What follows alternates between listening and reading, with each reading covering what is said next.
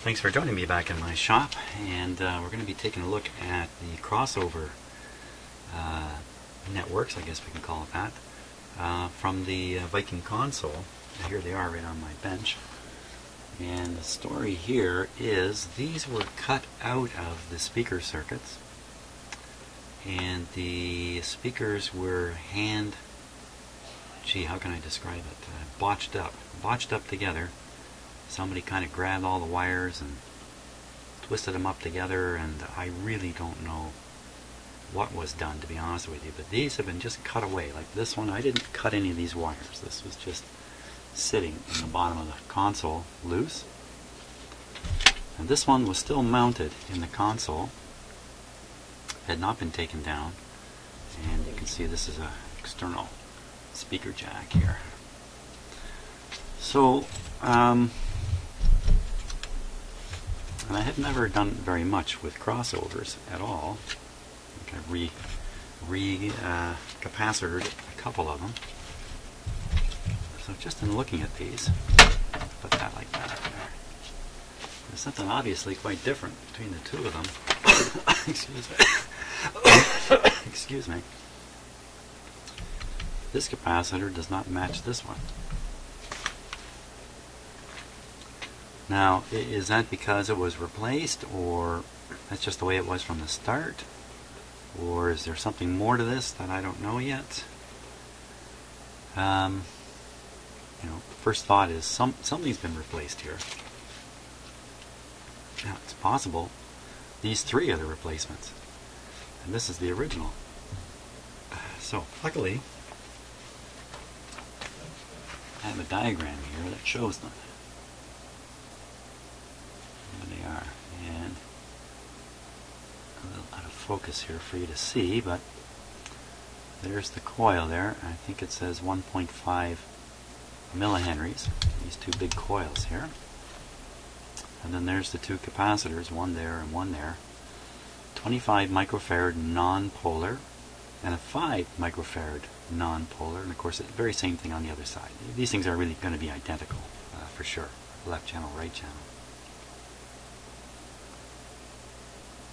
It's a small difference here, and here they've got a terminal connector with a switch, and this one has a jack.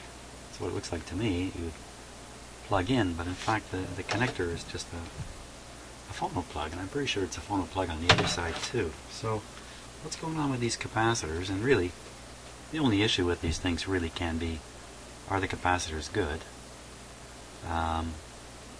I can't imagine that these coils are damaged. Look at the size of the wire going on them. They're going to put heavy wire on this for a couple of reasons, but one is you don't want these things to heat up. Now, it's not like a huge current is heading for the speakers, but I suppose if you did a little bit of a finer wire here, you could achieve the same inductance, but probably you would have thermal problems. So that's my guess.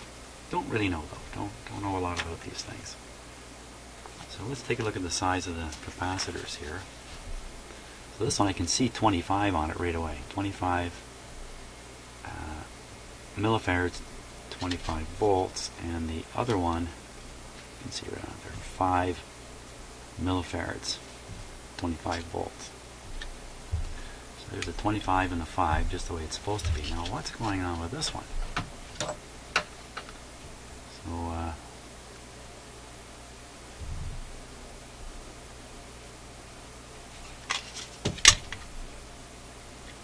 25 millifarads.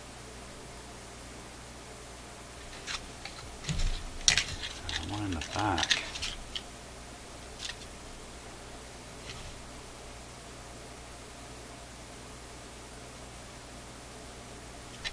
I can't see the rating of it.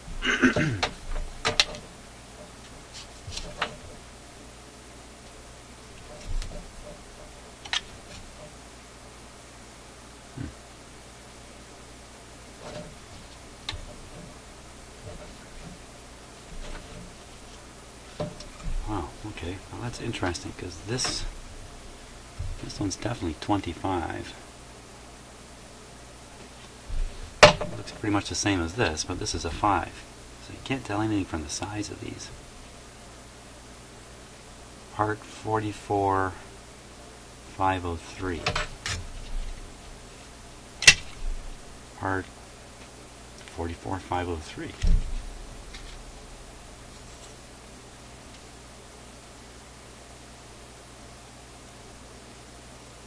I don't think these are the same make.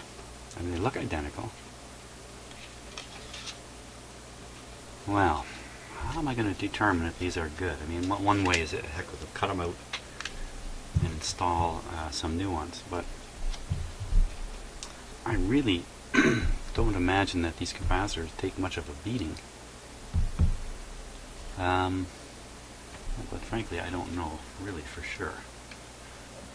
Well,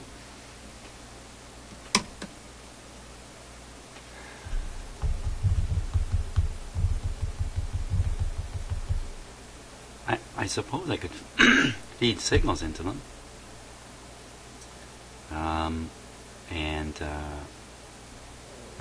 feed a signal in and have it either come out onto a speaker. Oh, what about the resistance of the speakers? Is that listed here?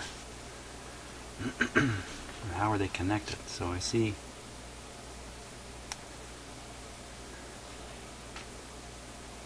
the woofer is fed through the coil. That coil will be blocking the higher frequencies away from the woofer.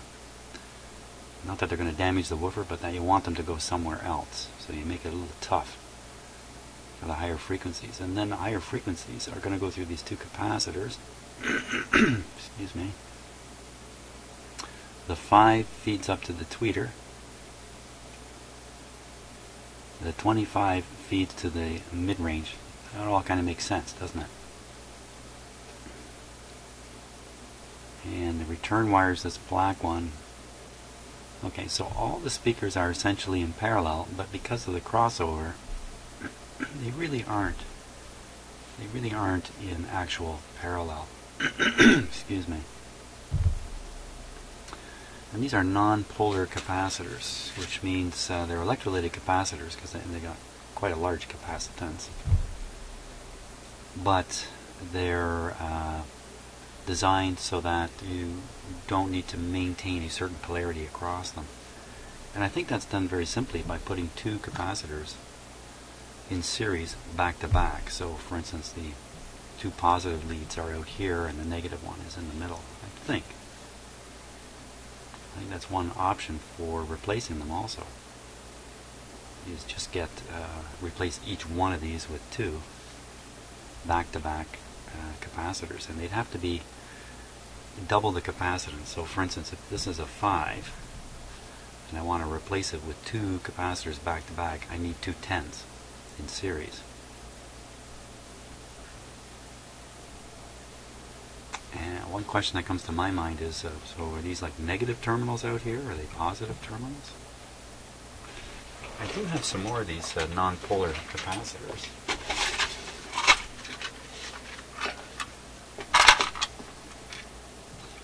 This is from another Cossover.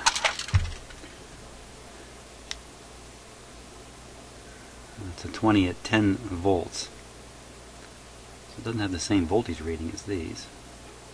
It's also a 20.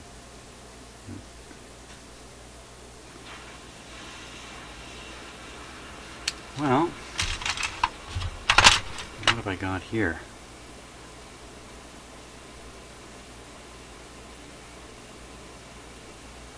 These look like non-polar capacitors also. 2 at 200 volts, so it's not nearly the heft that we need. So I don't have anything like this in stock. So I think maybe the first thing to do is, are these bad? Can I test them? How would I go about doing that? I mean, I think it's, I could set up 3 speakers here and actually wire the whole thing up just the way it's supposed to be, and then feed a signal through from my signal generator, let's say, and just raise the pitch and see what happens to the sound. Another way I could do that, it's even easier, forget the speakers, just use excuse excuse me, just get a bunch of resistors, a bunch of 8 ohm resistors. Now they're not perfect models for a speaker. A speaker is a coil and it has some impedance to it. But here in the shop, that might answer the question about whether these things are actually working or not.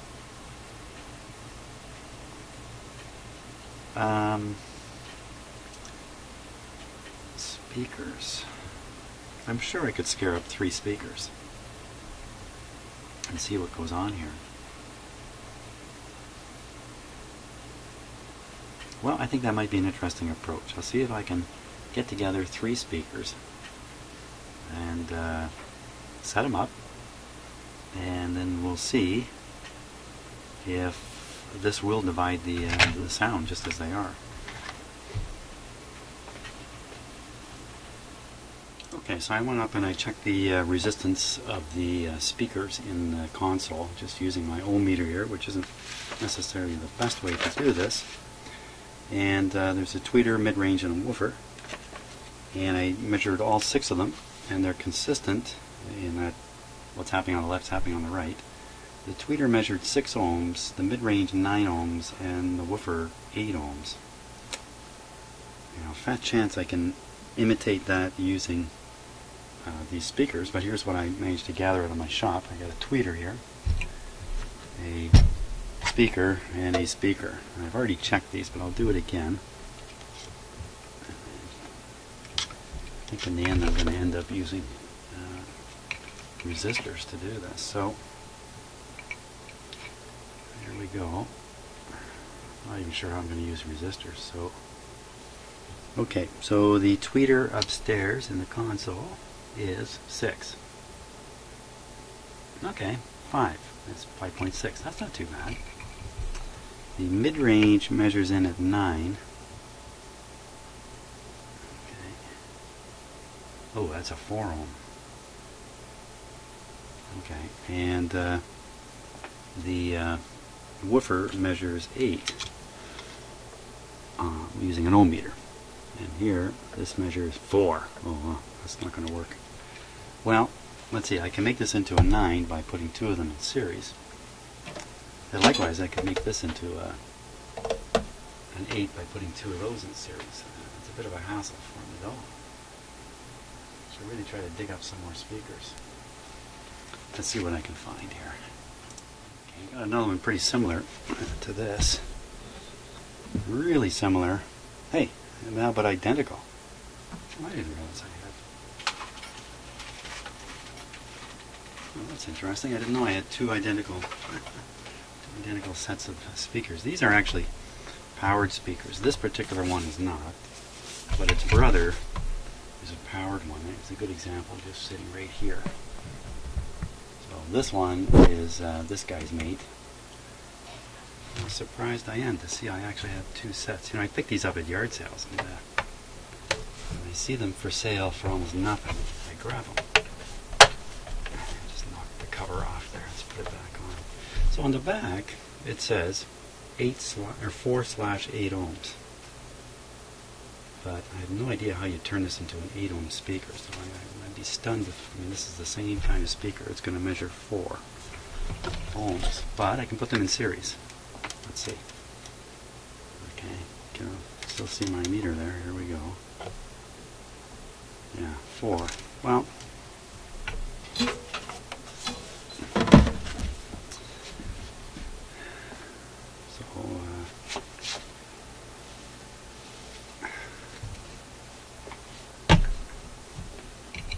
that is what I'd have to set up.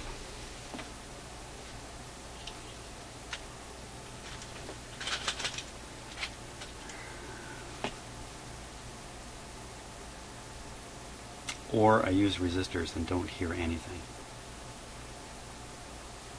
Now what's the value in hearing it? You know, if I feed highs to these speakers, well, I'm going to hear them. These are full range speakers actually. They're not woofers by any means. Let me start with this one. If I feed lows to this, I won't hear the low. I'll still just hear the highs. How am I going to know that the crossover is not working? And of course, fat chance on that happening. Well, yeah, there is a good chance. Boy, I really almost have to do this right in the console. That'd be a monster to set that up. Or I use resistors, and that would be quite neat on the bench here, and use meters, and I can see how much of the supplied signal is going to each of the resistors. I think I'm going to try this with resistors. And just with another few seconds of thought, I don't have exactly 8 ohm resistors. I don't have a 9 ohm resistor. I don't have a 6 ohm resistor. And that would be a bit of a battle even to put that together. Okay, let's do it with speakers. Might be a little more entertaining anyway. Okay, I'm going to wire all this stuff up here. Okay, so I think I got things ready to connect. I'm just going to take one of these away so I don't get confused here. There we are. Now, we'll hook up the woofer first. The woofer is connected to, let's see, what are they showing here? 1, 2, 3, 4, 5. 1, 2, 3, 4, 5. So you just follow the wires here. So the woofer goes on these two. That's, oh, wait a minute. It's the other way around. Okay, the diagram is actually reverse from the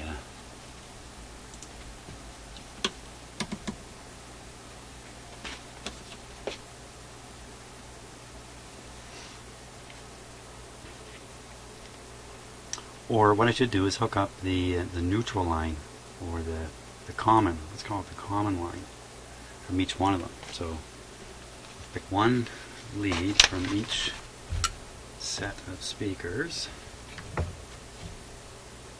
Let's use the black one here. So these 3, and all 3 of those should connect to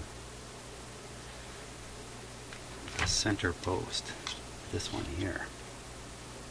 It's going to get a little crowded. I'm really not sure if I'm going to prove anything by doing this, by the way. But it seems like fun, doesn't it? Using clip leads here that sometimes prove to be unreliable. Ugh. Okay. Now I got 3 more wires to connect in there. Let's see, the tweeter should be connecting over here.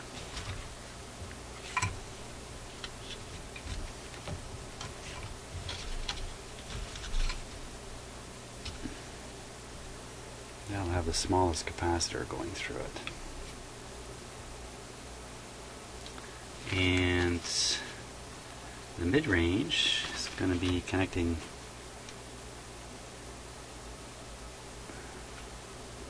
to this pin. That doesn't make sense.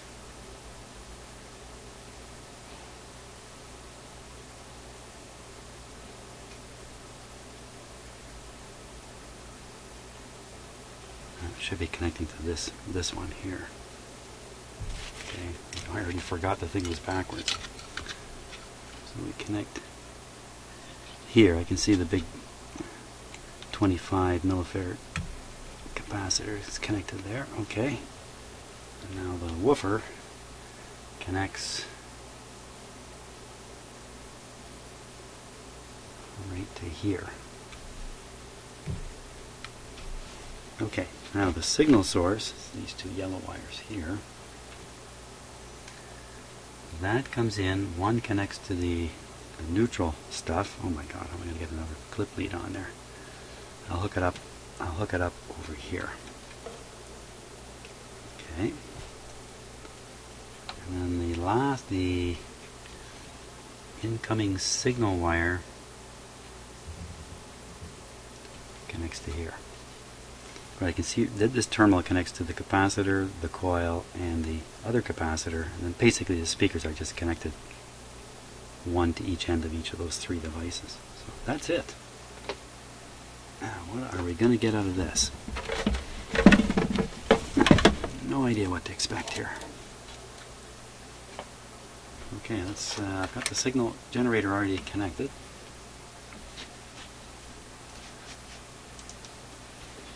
Well, let's give it a whirl here and we'll see what happens.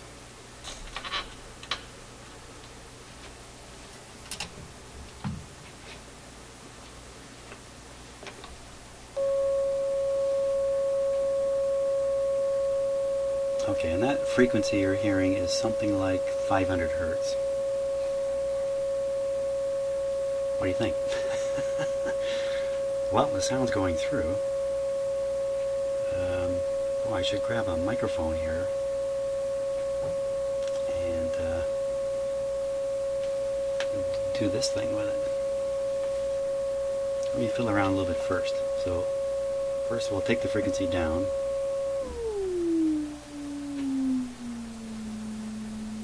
I can't swear the output of my signal generator is consistent either.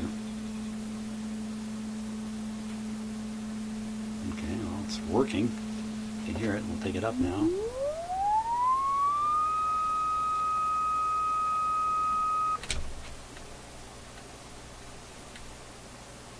Okay, so my ear is telling me that sound is coming out of this speaker.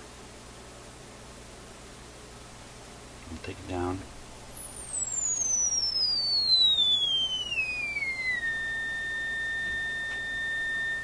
Interesting. I don't know what to make of it. All my speakers are working. Let's try the microphone thing. Let me get that happening here. Okay, so I'm going to be putting on some headphones, which means I'm going to have trouble talking because there's a sound delay on the headphones. It makes me drawl. So I'll just try to keep talking properly. And you can see this is the microphone. Oh, it's almost impossible. Okay, here we go.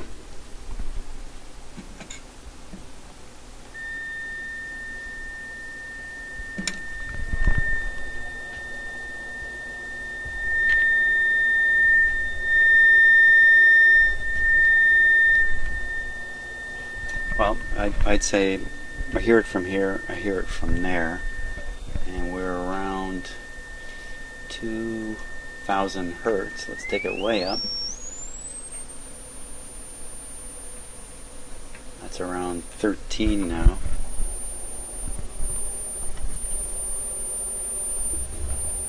Maybe beyond the range of my microphone here. I hear it.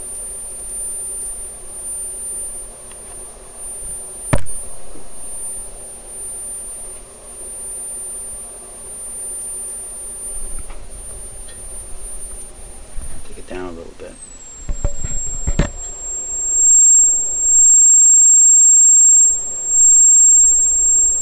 There's some kind of magnetic interaction between the microphone and the voice coil if I get it too close.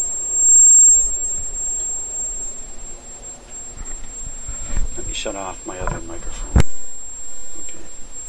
So now all you hear out of one channel is this microphone.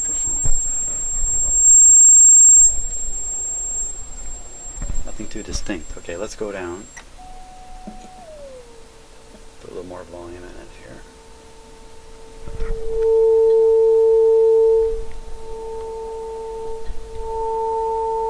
Huh.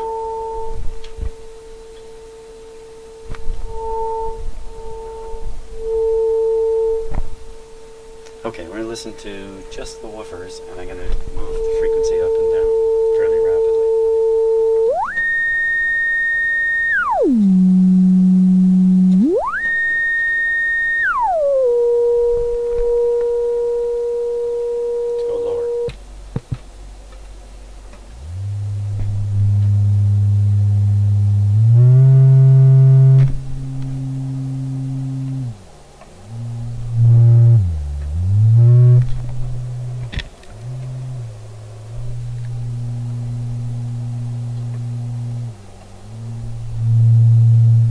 Well, that's pretty clear just coming out of these.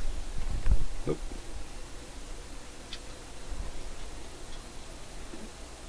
What happened there? What happened? What happened?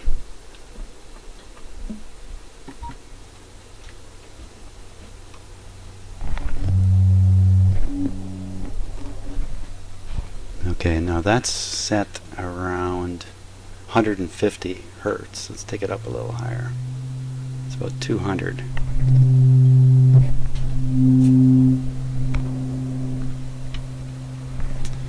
Well,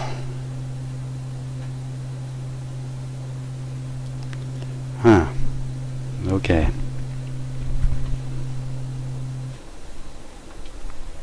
I'm just going to pop the microphone back in place here.